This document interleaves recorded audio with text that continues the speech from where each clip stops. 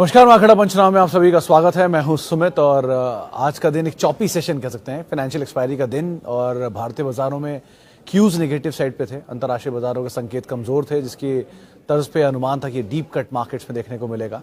लेकिन कल second half में नैस्डैक की रिकवरी और सुबह SGX निफ्टी की रिकवरी, इन दोनों के दम पर इंडेक्स की शुरुआत फ्लैट हुई और धीरे धीरे बिकवाली बढ़ी। एक समय पर 16,850 को इंडेक्स ने हिट किया, जो कि आज का क्रूशियल जोन भी था, क्योंकि वहीं से ही अनुमान था कि बाजार शायद घूमेगा।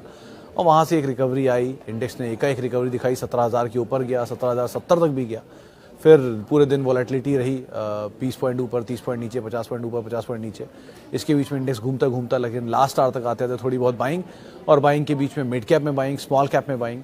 एनर्जी शेयर आज जोरदार तेजी में, ऑब्वियसली बात है, क्रूड का फॉल इम्पैक्ट कर गया तमाम OMCs के लिए, BPCL, HPCL, IOC अच्छी तेजी में। इसके अलावा आज पेंट शेयरों में दोबारा खरीदारी, तो एशियन पेंट जैसे दिग्गज शेयर आज फिर बढ़िया तेजी में रहे। इसके अलावा आज सेलेक्टिव रियल स्टेट स्पेस में कुछ खरीदारी देखने को मिल रही थी, selective mid cap, small cap में खरीदारी थी। कैश मार्केट के शेयरों में आपको मूव दिखाई पड़ेगा, निफ्टी बैंक के शेयरों में मूव दिखाई पड़ेगा। लेकिन बहुत बड़ा कोई फायरवर्क नहीं था, बहुत बड़ा कोई डैमेज नहीं था, कोई सीवियर कट नहीं था। लेकिन एक सीवियर वॉलेटिलिटी आज मार्केट्स में ज़रूर देखने को मिली। सॉन्ग तेज़ी के, सॉन्ग मंदी के दोनों दिखा दिए। तो ट्रेडर्स डिलाइट इसे कहते हैं आमतौर पे, जहाँ पे लॉन्ग करने वाले, शॉर्ट करने वाले दोनों के लिए अच्छी ट्रिगर रहता है। लेकिन ऑप्शंस राइटर्स के लिए दोनों तरफ नुकसान होता है। कॉल राइटिंग वाले और पुट राइटिंग वाले दोनों की प्रीमियम को बाजार खाता है।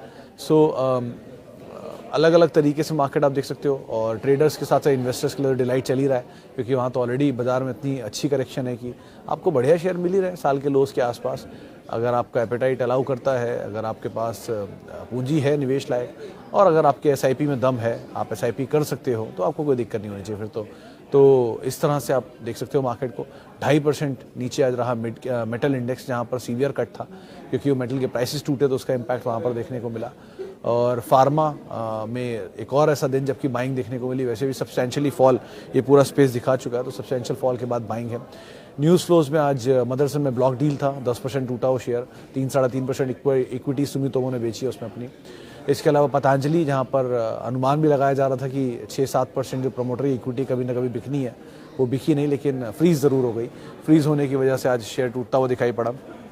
लाइकवाइज आज अदानी समूह के शेयरों में मिला जुला सा रुझान था, कभी फ्लैट, कुछ पॉजिटिव कुछ नेगेटिव।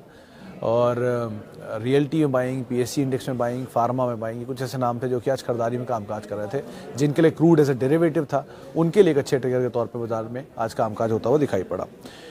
अब शुरुआत करता हूँ कुछ सवाल जवाब के सिलसिले की, और पहला सवाल अपने साथ शामिल कर लेता हूँ जो मेरे पास आया है। Okay, new entry for Asian Paints, Reliance Industries, Hero MotoCorp and CDSL। Sir, Asian paint तो ऑलरेडी आप वो समय गवा चुके हो जब वो 2500 के आसपास आया था, पैनिक एट पीक था, तब वो थोड़ी बहुत तेज़ी आ चुकी है। तो अगर आपका होराइजन लॉन्ग टर्म का है और अगर आपकी पोजीशन से नीचे है शेयर, तो आप ज़रूर एंटर कर सकते हो। रिलायंस इंडस्ट्रीज़ के लिए साल का लो, अब इससे नीचे क्या मिलेगा, और नया साल का लो हिट करेगा तो आप वहाँ भी एंटर कर जाना। बट द प्रॉब्लम इज़, आप ये मत सोचना कि कोई भी पोजीशन को आउटराइटली उतरना है। कोई भी कभी भी पोजीशन आउटराइटली नहीं उतरी जाती, थोड़ा करके आप एक्यूमुलेट कर सकते हैं। ऐसे ही बाजार जो होते हैं वो अपने पोर्टफोलियो बिल्ड करने के लिए होते हैं। कुछ लोगों को ये भी लगेगा कि शायद 1.5 साल 2 साल से इंडेक्स में रिटर्न नहीं आया, तो ऐसा क्यों, लेकिन ऐसा नहीं है। 1.5-2 साल में बहुत सारे शेयर चले भी हैं, और ऑब्वियसली बात है 15 से 20% बाजार को रिटर्न देना है। 50% दे चुका है, तो 2 बार में एडजस्ट तो करेगा ही ना, 2 साल में 15 से 20% हो जाएगा वापस। सो रिटर्न तो वही आना है, आ जाएगा, नहीं तो कल आएगा, नहीं तो परसों आएगा, लेकिन आना उतना ही है। सो आप कॉल ले सकते हो उसके अकॉर्डिंग। और रही बात बाकी 2 नामों में से, तो hero MotoCorp and Bajaj auto can be a good option, but Bajaj auto एक बार को प्रेफरेबल चॉइस रहेगी, क्योंकि इस सिचुएशन में जब बाजार बहुत नीचे आता है तो उनकी यील्ड बेटर हो जाती है, जो डिविडेंड ज़्यादा पे करती है उनकी। तो उनकी डिविडेंड यील्ड वाले स्टॉक्स को आप प्रेफर करो या पिक करो, ज़्यादा बेटर है, इंस्टेड ऑफ कम डिविडेंड वाली कंपनियों का। तो आपको डिविडेंड भी मिल जाएगा और ग्रोथ थोड़ी स्टेबल हो जाएगी। तो उनको भी आप देख सकते हो मिक्स ब्लेंड के लिए, कुछ ग्रोथ स्टॉक, कुछ डिविडेंड स्टॉक। तो उसमें अगर आप चाहो तो एक बार को बजाज ऑटो को भी देख सकते हो, अदर देन हीरो मोटोकॉर्प। इसके अलावा, how much % cash should be deployed at current level to buy the dip, that all depends on, Dikshit साहब, आपके एपेटाइट पर। अब मान लीजिए आपका 100 रुपये का एपेटाइट था और आप 20 रुपये डिप्लॉयड थे, तो आपके पास 80 बचा है, तो 80 का 20 मतलब नेक्स्ट 20 या 80 का 1/4 हिस्सा आप डालने के लिए अब तैयार हो। वर्स्ट केस के लिए 20 रखना होता है, और 20 तो अपने पास कैश रखना ही होता है हमेशा। कभी पूरा पोर्टफोलियो 100% नहीं हो सकता आपका जिसमें आप पूरा का पूरा 100% डिप्लॉय कर दो, इम्पॉसिबल है, ये कभी मत करना। हमेशा 20% कैश रखना। It is not because of ये situation, it is because of your personal emergency. कभी ज़रूरत पड़ गई कुछ लाइफ में तो आप शेयर थोड़ा ना बेचोगे, या शेयर बेचने का वेट थोड़ा ना करोगे, वो 20% कैश निकाल के यूज़ कर लेना। लेकिन अदरवाइज़ आपके पूरे पोर्टफोलियो का 4 लाख का पोर्टफोलियो है तो आप 1 लाख या ले चुके हो, या 4 लाख ले रखा है, 4 लाख और है आपके पास लगाने के लिए, तो उसका 1 लाख अभी लगा सकते हो, 1.5 लाख लगा सकते हो। आपको लगता है कि नहीं कुछ अच्छी क्वालिटी के शेयर मिल रहे हैं, अभी 2 लाख भी लगा सकते हो। सब कुछ देखिए, ये कोई ऐसा फिक्स्ड रेट नहीं है, फिक्स कोई तरीका नहीं होता इन्वेस्टमेंट का। सबकी अपनी परेशानियों के हिसाब से, सबकी अपनी ज़रूरतों के हिसाब से, सबके अपने रिस्क एपेटाइट के हिसाब से वो निवेश करते हैं। कल ही किसी से एक मजाक में बात हुई थी, बाज़ार का जानकार था, तो उनसे मैंने पूछा था ये बात कि कितना बाज़ार में अभी रिस्क लग रहा है, क्या पैसा डालना चाहिए। तो उसी ने बोला था कि नमक स्वादानुसार और बाज़ार में मुनाफा रिस्क अनुसार, ऐसा ही होता है। तो आप अपने हिसाब से रिस्क लोगे, अपने हिसाब से मुनाफा लोगे। तो आप एपेटाइट देखो अपना, आप कितना झेल सकते हो, उसके हिसाब से आप डालो। अगर आपको लगता है कि नहीं, आपको कोई डर नहीं है, रिलायंस बंद नहीं हो रही है, HDFC बैंक बंद नहीं हो रहा, TCS बंद नहीं हो रहे, इन्फोसिस बंद नहीं हो रहे, एशियन पेंट बंद नहीं हो रहे, तो आप एंटर कर जाओ। इसी चैट लाइन पर जब मैं यूट्यूब में वीडियो देखता था, या अपनी वीडियो के नीचे कमेंट आते थे कि एशियन पेंट लेने लायक नहीं बचा है, ख़त्म हो जाएगी कंपनी। कहाँ गया एशियन पेंट का ख़त्म होना? 2 दिन के अंदर ही 7% चल गया। या कहाँ गए वो BPCL HPCL के मोमेंटम। सो मार्केट में हमेशा रिवॉर्ड आता है if you go for risk. तो कुछ दिन रुकिए, फार्मा वैसे दिखाई पड़ेगा चलता हुआ, कुछ दिन बाद IT वैसे दिखाई पड़ेगा चलता हुआ। लाइकवाइज टाइम ले सकता है, उनकी अपनी इश्यूज कंसर्न्स रहते हैं, लेकिन आपको बस ये लगता है कि उस टाइम को आप यूटिलाइज़ कर लो कि नीचे मिल जाए शेयर तो मैं दोबारा खरीद लूँ, ऊपर बेच दूँ। तो वो आपके पास प्रोबेबिलिटी है कि आप टॉप पर बेच भी गए और आप बॉटम में ले भी गए। ये प्रोबेबिलिटी में आप कितना सटीक बैठते हो हर बार, इसकी इम्पॉसिबल ही दिखती है। तो क्योंकि आज तक तो ऐसा मिला नहीं कोई जैसा कर पाए। सो बेटर है थोड़ा थोड़ा लेते रहो, फॉल मिल रहा है, आराम से share low. FI share holding in TCS is 13% and in Infosys 36% approximately. Will TCS fall lesser than Infosys if global crisis intensify and FI sells more? Anil sir देखिए, FIs की होल्डिंग TCS में इसलिए कम है कि प्रमोटर की holding ज़्यादा है। वहाँ 68% प्रमोटर की होल्डिंग है, और 68 या 48% प्रमोटर होल्डिंग है, वो मैं दोबारा क्रॉस चेक कर दूँगा, लेकिन प्रमोटर होल्डिंग वहाँ बहुत ज़्यादा है। इन्फोसिस में प्रमोटर होल्डिंग नहीं है। 5 पार्टनर से शुरू की हुई कंपनी थी, 5 पार्टनर के पास अब 1.5% स्टेक बचा है, तो मोल 7-8% प्रमोटर का होल्डिंग है। बाकी सारा होल्डिंग इंस्टीट्यूशंस के पास है, जिसमें LICs हैं, जिसमें बैंक्स हैं एंड इंश्योरेंस कंपनीज हैं। सो अब रही बात, अगर FIs की सेलिंग इंटेंसिफाई होती है तो वो TCS इन्फोसिस नहीं बेचेंगे। FIs की सेलिंग इंटेंसिफाई होती है तो वो उन शेयरों को बेचेंगे जो कि मिड कैप में उनके पास है। लार्ज कैप के एसेट में HDFC bank are FIs delight, या DV slab was FIs delight, या Bajaj finance is FIs delight. इनको पहले बेचा जाता है इंस्टेड ऑफ IT। और IT को टूटने की वजह FIs नहीं है, IT की टूटने की वजह अमेरिकन मंदी है। अगर मान लीजिए US में प्रॉब्लम आ रहा है, क्राइसिस है, SVB का फॉल आउट होता है, तो SVB के फॉल आउट की वजह से वो बैंक्स जो कि IT कंपनीज जो कि SVB को फाइनेंशियल सर्विसेज प्रोवाइड कराती थी, उनमें टर्मोइल आएगा। और वो अगर स्प्रेड आउट होता है पूरे UK और पूरे US में, तो जितनी कंपनियां, जितने IT कंपनियां उनको सर्विसेज प्रोवाइड कराती है, उनके ऊपर इम्पैक्ट आएगा। हर IT कंपनी का 60% हिस्सा US और 20 से 22% हिस्सा यूरोप से आता है, मोटा मोटा। कुछ का अलग अलग केस होता है, लेकिन आप ये मान लीजिए कि करीब 70 से 80% हिस्सा इन दोनों इकोनॉमीज से आता है। तो वहाँ कोई भी टर्मोइल आएगा तो इनके इम्पैक्ट आएगा इनके रेवेन्यूज़ के ऊपर। बट ये इम्पैक्ट को ये लोग मिटिगेट करना हमसे बेहतर जानते हैं। आप TCS की मैनेजमेंट को नहीं बता सकते ना कि US में मंदी है, उनको हमसे पहले पता है और हमसे ज़्यादा पता है। तो हम उनके प्राइस को देख के उनकी मंदी को असरटेन कर रहे हैं, प्रॉफिट को देख के नहीं। अब उनके प्रॉफिट को देख के मंदी असरटेन करने लग गए तो बात अलग है, लेकिन अगर प्राइस को देख के कर रहे हैं तो मत समझ करिए, क्योंकि EPS 2 क्वार्टर में बढ़कर आ गई तो प्राइस अपने आप ही एडजस्ट हो जाएगा उसके हिसाब से। आप प्रॉफिट देख के इन्वेस्ट करिए, प्राइस देख के नहीं। प्राइस देख के ट्रेडर ट्रेड करते हैं, इन्वेस्ट करते हैं बिजनेस और प्रॉफिट देख के इन्वेस्टर। तो इन्वेस्टर हैं तो प्राइस, प्रॉफिट, फंडामेंटल। ट्रेडर हैं तो आपके लिए सिर्फ प्राइस ही आपके लिए रिलेवेंट है। उसमें तो ये भी मतलब नहीं पड़ता। कितने ट्रेडरों को जानता हूँ जिनको ये भी नहीं पता होता कि रिलायंस करती क्या है। उनको रिलायंस का भाव देखने लगता है, वो ले लेते हैं, बेचने लगता है बेच देते हैं, उन्हें मतलब ही नहीं पड़ता इस चीज़ से ये कंपनी क्या करती है। सो एक चीज़ ही बनेंगे आप, इन्वेस्टर बन गए तो फिर आप ट्रेडर की तरह मत सोचिए, और ट्रेडर हैं अगर तो आप इन्वेस्टर वाले भाव या फंडामेंटल मत जाइए। फिर आप भाव देखिए, स्टॉप लॉस देखिए, पोजीशन ट्रिगर हुई निकल जाइए, आपको ही कॉल लेना उसके हिसाब से। बट ये दोनों चीज़ों में एफआईएस का होल्डिंग ज़्यादा इसलिए दिखता है कि वहाँ प्रमोटर का होल्डिंग नहीं है, और प्रमोटर का होल्डिंग क्योंकि TCS is owned by Tata sons, Infosys owned by major funds and institution companies, so accordingly आपको कॉल लेना। इन दोनों को एप्पल टू एप्पल कंपेरिजन नहीं है सो फार। मदरसन सुमी पर व्यू, सौरभ सर एक ही व्यू पहले भी था और आज भी है कि बहुत ज़्यादा चला हुआ शेयर है, बहुत ही ज़्यादा चला हुआ शेयर है, बहुत नहीं बहुत ज़्यादा चला हुआ शेयर है, क्योंकि 13 बोनस और 2 स्प्लिट ये दे चुका है अब तक। 1993 में इसका आईपीओ आया था, तब से लेके अब तक, यानी करीब 10,000 रुपया invested is somewhere around 200-300 crore रुपए। तो इस तरह की तेज़ी के बाद आज अगर आप इसको फिजल आउट होते हुए देख रहे हैं, टूटते हुए देख भी रहे हैं, तो कोई हैरत नहीं होगी, कोई इतना बड़ा मतलब इशू नहीं है। बस एक ही चीज़ है जो मुझे हमेशा एस्टॉनिश करती है इस कंपनी के साथ, कि इस तरह की इक्विटी डाइल्यूशन को ये हमेशा से एडजस्ट करते आ रहे हैं। एज इन नए एक्विजिशन कर लेते हैं, ईपीएस बढ़ जाती है, बाजार सपोर्ट कर देता है। सो ये सालों से हो रहा है, तो मे बी अभी भी सपोर्ट कर जाए, बट मतलब इस तरह की तेज़ी के बाद उस तरह की तेज़ी एक्सपेक्ट करना वापस, ये थोड़ा सा ज़्यादा हो जाएगा। आप खुद ही सोचिए ना, कोई बड़ी तेज़ी दिखा चुका है कोई स्टॉक, और वो उसके बाद वहाँ से मल्टीपल बैगर बन चुका है 10,000 टाइम्स या 20,000 टाइम्स या 1 लाख टाइम्स, और उसके बाद आप उससे 1 लाख टाइम्स होने की उम्मीद रखें, ये गलत होगा। तो ये थोड़ा ज़्यादा है, इसलिए थोड़ा कॉशियसली ऑप्टिमिस्टिक अप्रोच रखिएगा। यहाँ पर कोई भी मोमेंटम मिलता रहा, पैसा बनता रहा, निकलते रहिए, ज़्यादा बेटर है। Can we see rebounds in I X in upcoming summer season, what to do in Patanjali? नहीं सर, पहली चीज़ आईएक्स के केस में बड़ा कंसोलिडेशन हुआ है, तो चांस तो है कि चलना चाहिए। मतलब ये तो मान सकते हो कि आप चलना चाहिए या नहीं चाहिए, लेकिन टूटना कम चाहिए यहाँ से, इसकी प्रोबेबिलिटी तो दिख रही है। सो आप एक बार को बने रह सकते हो। रही बात पतंजलि में, एक इंटरेस्टिंग इवेंट्स की सीरीज़ है। पहला, इनको दिसंबर तक अपनी पब्लिक शेयर होल्डिंग जो इनके प्रमोटर की 81% है, उसे घटा के 75% करनी है। सिवाय सरकारी कंपनियों के सबको ये नियमों का मानना होता है, कोई उल्लंघन नहीं कर सकता कि 75% प्रमोटर की होल्डिंग लानी होती है। तो पतंजलि के पास दिसंबर तक का टाइम था, उन्होंने नहीं किया तो पेनल्टी लगती है, वो पेनल्टी कोई पे कर रहे होंगे। तो एक्सचेंज ने उनकी एडिशनल जो होल्डिंग थी 7% की, उसे फ्रीज कर लिया। अब उनको हर हाल में उसको छुड़वाने के लिए ओएफएस लाना पड़ेगा। तो कंपनी ने बात मेंशन करी कि ओएफएस से विचार कर रहे हैं, करेंगे।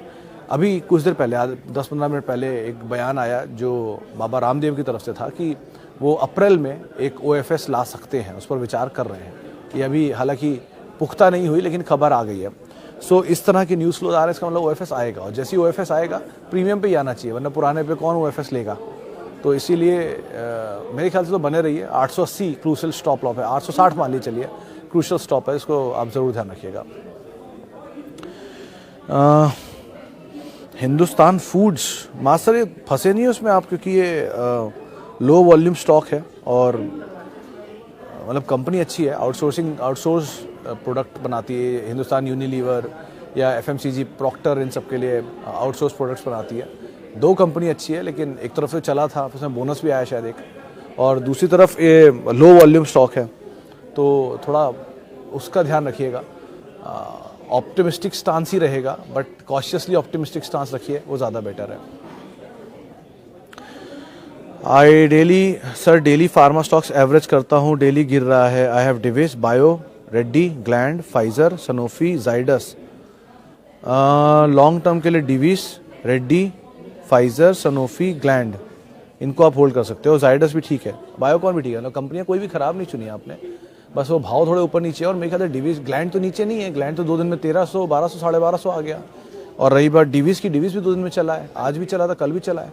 सर देखिए, फार्मास्यूटिकल की स्टोरी वैसे भी लॉन्ग टर्म होती है, वो एक दिन की स्टोरी नहीं बन सकती, क्योंकि फार्मा एक ऐसे प्रोडक्ट्स में डील करता है जिनमें सालों तक रिसर्च चलती है, उसके बाद उनके प्रोडक्ट आते हैं, उनकी कितने तक डिमांड रहती है पता नहीं। कोविड की दवाइयों में इतनी मेहनत लगी, इतना सब कुछ हुआ, गायब हो गई दवाइयाँ। सो बहुत कुछ डिपेंड करता है, और R&D पे मेजर खर्च होता है इनका। बायोकॉन जैसी कंपनियां मेजर थ्रस्ट होता है इनका R&D पे। कुछ तो इनकी लीडर्स होते हैं, सनोफी एंड एबट टाइप के, तो वो तो जेनरिक को सप्लाई करते हैं और फिर उसकी फीस पे काम करते हैं। सो ऐसे अलग अलग प्रोडक्ट, अलग अलग प्रोफाइलिंग होती है। आपको ये देखना होगा आप कॉल कैसा लेना चाह रहे हो, बट कंपनी क्वालिटी में कोई इशू नहीं है। सो आप टाइम दे सकते हो तो बने रहो, लॉन्ग टर्म स्टोरी है तो एटलीस्ट आपको कुछ टाइम तो देना ही पड़ेगा यहाँ पर। ओके और क्या ना average Cipla, Infosys, Reliance, HDFC bank, D mart, सारी क्वालिटी है। मतलब सिद्धार्थ सर, सिप्ला भी, इन्फोसिस भी, रिलायंस भी, HDFC बैंक भी एंड डी मार्ट भी, आप पांचों में एवरेज कर सकते हो। थोड़ा थोड़ा करना। आज सुबह ही वो गौरांग सर से बात हो रही तो उन्होंने भी ये बात मेंशन करी कि आपकी जो भी एपेटाइट हो, 100 रुपये अगर आपकी एपेटाइट है तो 20 रुपये यहाँ डिप्लॉय कर सकते हो। रिलायंस को तो उन्होंने कहा था कि 10 का मतलब सवाल ये था कि 10 शेयर हैं और कितने ले सकता हूँ, तो उन्होंने डबल कहा कि 20 ले लीजिए। ये गौरांग सर का व्यू है, क्योंकि मैं डिस्क्लेमर दे रहा हूँ कि ये चैनल का प्रभुत्व और प्रबंधन रिलायंस इंडस्ट्रीज़ के पास है, लेकिन बेटर यही है कि आप इस तरह ही कंपनियों में जो भी क्वालिटी आपने, सारे नाम लिए, सब क्वालिटी हैं और आप सब में एवरेज कर सकते हो, ऐसा कोई इशू नहीं है। बट एवरेज का quantum would be a bit less side पर, ताकि जो आपकी कॉस्ट है वो नीचे की तरफ आराम से आती रहे। बाजार यहाँ से ऊपर जाएगा, प्रोबेबिलिटी अभी पता नहीं, नीचे जाएगा इसकी प्रोबेबिलिटी पता नहीं, लेकिन दोनों ही केसेस में आप इसके लिए तैयार रहो कि यहाँ से अगर नीचे जाएगा तो आप और एवरेज करने की सिचुएशन में रहो। इसीलिए आप उस हिसाब से यहाँ पे कॉल लेना, खाली तेज़ी ही मत सोचा करो। मंदी आए तो आपके पास पोजीशन हो और ऐड करने की, इसके एपेटाइट बनाना, आराम से ऐड करना, कोई जल्दी नहीं है। बाजार पहले भी था और बाद में भी रहेगा, बट क्वालिटी जिनको आपने चेक किया है वो क्वालिटी ठीक है। Please arrange top to bottom, Birlasoft, Zensar, Newgen. हे भगवान, इनमें सिर्फ जेंसार एंड बिरला सॉफ्ट, न्यूजन को तो रखूंगा ही नहीं, और उनमें भी आप दो हैं तो कोई भी ऑर्डर ले लीजिए, बट दोनों मोमेंटम है, दोनों मिड कैप है, तो ज़रा ध्यान संभल के कॉल लीजिएगा। और मुझे ये नहीं पता कि आपके पोर्टफोलियो में आईटी में लार्ज कैप है कि नहीं है, लेकिन अगर लार्ज कैप नहीं है और सिर्फ यही है तो आप गलत कर रहे हैं। अगर आपके पास लार्ज कैप है तो आप एक बार को इन दोनों में पोजीशन ले सकते हो, लेकिन ज़्यादा बेटर 222-235 के जोन पे बिरला सॉफ्ट, जेंसार, जितना ज़्यादा करीब मिले उसके उतना अच्छा। और बिरला सॉफ्ट दूसरा नाम, जो भी आप मोमेंटम के लिए प्ले करोगे। लॉन्ग टर्म के लिए बिरला सॉफ्ट बड़ी तेज़ी दिखा चुका है और जेंसार काफ़ी टूटा हुआ है, तो एक बार को जेंसार में प्रोबेबिलिटी है थोड़ा चलने की। Devyani, should I book loss? Kaushik sir, मेरा एक ही सजेशन होता है कि अनटिल अनलेस आपने कभी भी इस कंपनी में पैसा डाला होगा तो या तो 1 साल, 2 साल, 3 साल के लिए डाला होगा, इन्वेस्टर हो तो। ट्रेडर हो तो 1 महीना, 2 महीने के लिए डाला होगा। ट्रेडर हो तो आपने स्टॉप लॉस रखा होगा। नहीं है लॉन्ग टर्म इन्वेस्टर हो तो आप एवरेज करने के एपेटाइट रखते होंगे। और दोनों ही केसेस में अगर आप लॉन्ग टर्म हो या शॉर्ट टर्म हो, आपने पैसा अपना ही डाला होगा, तो अपना पैसा है, कंपनी प्रॉफिट मेकिंग है तो एंटर करने कोई दिक्कत नहीं है बने रहने में। कंपनी लॉस मेकिंग है और अपना पैसा भी है तो आप निकल सकते हो। सो फार देवयानी शायद प्रॉफिट मेकिंग है कि लास्ट 2 क्वार्टर में इनके प्रॉफिट आया था, तो अभी तो आप बने रहो। वो बात अलग है कि IPO का ओवर हैंग है, 1 आध साल रहेगा भी है, लेकिन ठीक है, आप लॉस मत बुक करो एटलीस्ट। इस सिचुएशन में अगर आपने अपना पैसा डाला है बाजार में और आप प्रॉफिट मेकिंग कंपनी में और किसी बड़ी कंपनी में हो जिनका नाम आप अच्छे से सुनते हो, जानते हो, तो उसमें लॉस बुक करने की कोई ज़रूरत नहीं है आपको, क्योंकि ऑलरेडी काफ़ी ज़्यादा बिकवाली आप देख चुके हो। आपको लगता है कि यहाँ बेच के आप नीचे ले लोगे, तो क्या भरोसा कि आप नीचे ले पाओगे या नहीं। रिलायंस को आज लेने में लोग सोच रहे हैं इस तरह के फॉल के बाद, तो आप खुद ही सोचो कि क्या ही हालत होगी जब और नीचे आएगा। मान लो कल रिलायंस 1500 आ गया तो आप तो और घबराओगे। सो वो तो पीक पर जाएगा जब फियर, तभी ये शेयरों के दाम ऐसे मिलेंगे, तो वो पीक झेलना भी तो सबके बस की बात नहीं है ना। सो इसीलिए आप ऐसा कुछ मत करो, आराम से रहो। और अगर आपको कुछ नहीं समझ में आ रहा है बाजार में, तो आप ये कर सकते हो कि Nifty ETF, IT ETF, bank Nifty ETF या IT म्यूचुअल फंड्स, इनको आप ले सकते हो। और आप अपने SIPs के साइज़ अब डबल कर सकते हो, SIPs के साइज़ बढ़ा सकते हो ईच टाइम इंडेक्स का फॉल। मान लीजिए आपने इंडेक्स 18,000 पे लिया था और इंडेक्स आज 16,000 आ रहा है, तो आपके इंडेक्स में करीब 10% का फॉल आ चुका है, तो अपनी SIP को आप 10% बढ़ा सकते हो। ईच टाइम SIP में जो फॉल बढ़ रहा है उतने % आप अपनी SIPs को और इंक्रीज़ कर सकते हो। एक अच्छा कैलकुलेशन हो सकता है आपके लॉन्ग टर्म होराइजन को देख के। म्यूचुअल फंड की SIP हो या शेयरों की SIP हो, इस कैलकुलेशन के थ्रू आप जा सकते हो। एक कैलकुलेशन का हिस्सा ये हो सकता है, लेकिन all depend on your personal capacities and personal risk appetite and personal goal. सब कुछ सर सबका पर्सनल है। आपको गाड़ी लेनी है, आपको घर लेना है, आपको शादी करनी है, बच्चों की फ्यूचर सेट करना है, करोड़पति बनना है, सबका जो भी फ्यूचर वो होगा एपेटाइट या रिस्क या गोल, उसके हिसाब से आप कॉल लीजिए, वो ज़्यादा बेटर है। लास्टली जुबिलेंट इनग्रेविया में ले सकते हैं पोजीशन, क्योंकि ये मास्टर एक रिसेंटली मीट हुई थी, उसमें PL की तरफ से एक रिपोर्ट आई थी, उसमें इन्होंने लॉन्ग साइड पे बोला है, कहा कि इसका अगले साल से सिचुएशन बेटर साइड पे होना चाहिए कंपेरेटिवली इस साल के। तो आप अगर समय दे सकते हो तो थोड़ा थोड़ा ऐड कर सकते हो। जुबलेंट इंग्रेविया की मैं बात कर रहा हूँ। Godrej properties 50 share 1315, IIFL security 100। दोनों में सर आदित्य जी दोनों ही बहुत तेज़ी के शेयर हैं। गोदरेज में आप बने रह सकते हो और प्रॉफिट भी मिल जाएगा आपको यहाँ पे, और IIFL में मोमेंटम मिले, तेज़ी मिले, निकल जाओ, ज़्यादा बेटर है। एक शीट अभी मैं शेयर करने वाला हूँ, मैं बना के ही आया हूँ। उसमें क्या रहेगा कि जो शेयर हाई से टूटे हैं वो कंपनियां जो कि मोनोपोली जैसी ओन करती हैं या डोमिनेंट प्लेयर है अपने अपने बिजनेस में, उनके शेयर कितने टूटे हैं और उनके वैल्यूएशन पीक से कितने फिसल चुके हैं। अच्छे नाम हैं, उनको भी आप देख सकते हो। आप पे बहुत सारे सवाल उसी में मिल जाएंगे आपको। HDFC life, HDFC AMC। HDFC life से बेटर HDFC लाइफ बेटर है, HDFC AMC, लेकिन AMC भी बहुत टूटा हुआ है। तो आप दोनों ही देख सकते हो। एवरेज करने लायक तो लग रहे हैं AMC भी और लाइफ भी, बट थोड़ा होराइजन बढ़ाना पड़ सकता है। बट AMC से बेटर सो फार लाइफ दिखाई पड़ रहा है, ज़्यादा टूटा लाइफ है। ओके, SBI, अमित सर आराम से, you can buy, you can hold, you can accumulate, whatever call you have, you can accordingly take a call on this. चलिए फिलहाल अब इतने ही सवालों को शामिल करूंगा। माफ़ी उन सभी लोगों से जिनसे आज मैं बातचीत नहीं कर पाया, और बहुत बहुत शुक्रिया उन सभी लोगों का जिन्होंने हमसे सवाल पूछे। आपसे अब मुलाकात होगी कल शुक्रवार के दिन, हफ्ते के आखिरी कारोबारी सत्र में। और फिर वही बात, अगर बाजार टूट रहा है और आप कुछ नहीं कर सकते हो तो गो फॉर निफ्टी ETF, किसी भी म्यूचुअल फंड में, IT ETF, बैंकिंग ETF, इनके अंदर आप निवेश जरूर कर सकते हैं।